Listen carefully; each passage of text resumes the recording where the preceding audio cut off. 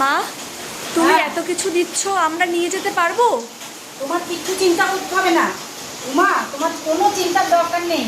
আমি যা যা দিচ্ছি তোমার বাবা পুষ্পরথ ঠিক করেছে, তাতে করে তুমি যাবে, তুমি নিশ্চিন্তে যাবে।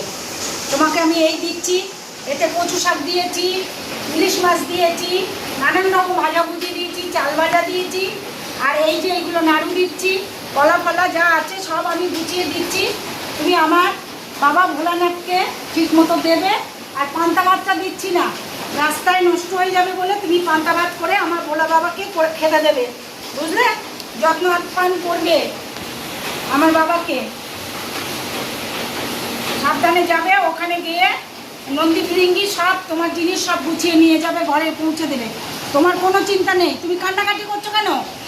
আবার সামনে বছর আসবে, একদম কান্নাকাটি করবে না। তোমার কাজ দুটো চারটে বাচ্চাকে দেখাশুনো করা, আর আমার বাবাকে দেখাশুনো করবে। ভোলানাথ একটু পাগলা আছে, ওকে একটু দেখবে। আমার কার্তিক গণেশ কোথায়? ওরা ছাদে খেলছে। ঘুড়ি ওড়াচ্ছে? হ্যাঁ। আচ্ছা ঠিক আছে, যাক, বাড়িতে গেলে তো বাবার ভয় পায়। যা করছে মামার বাড়ি একটু করে নিক। আর লক্ষ্মী সরস্বতী কি করছে? ওরা সাজগোজ করছে। সাজগোজ করছে, করুক। তুমিও গুছিয়ে নাও, একদম যাবার সময় চোখের জল ফেলবে না। তোমার বাবা সব ব্যবস্থা করে দেবে। এই আমি নাড়ু ফাড়ু সব গুছিয়ে দিচ্ছি।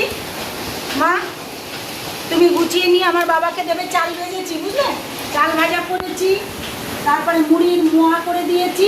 হ্যাঁ, আর শুধু তুমি বলেছিলে গুড়ের নাড়ুটা করতে পারিনি। হ্যাঁ, তুমি সামনের বার তোমাকে আমি গুড়ের নাড়ু করে দেবো। আজকে এবার আমি চিনের নাড়ু করলাম।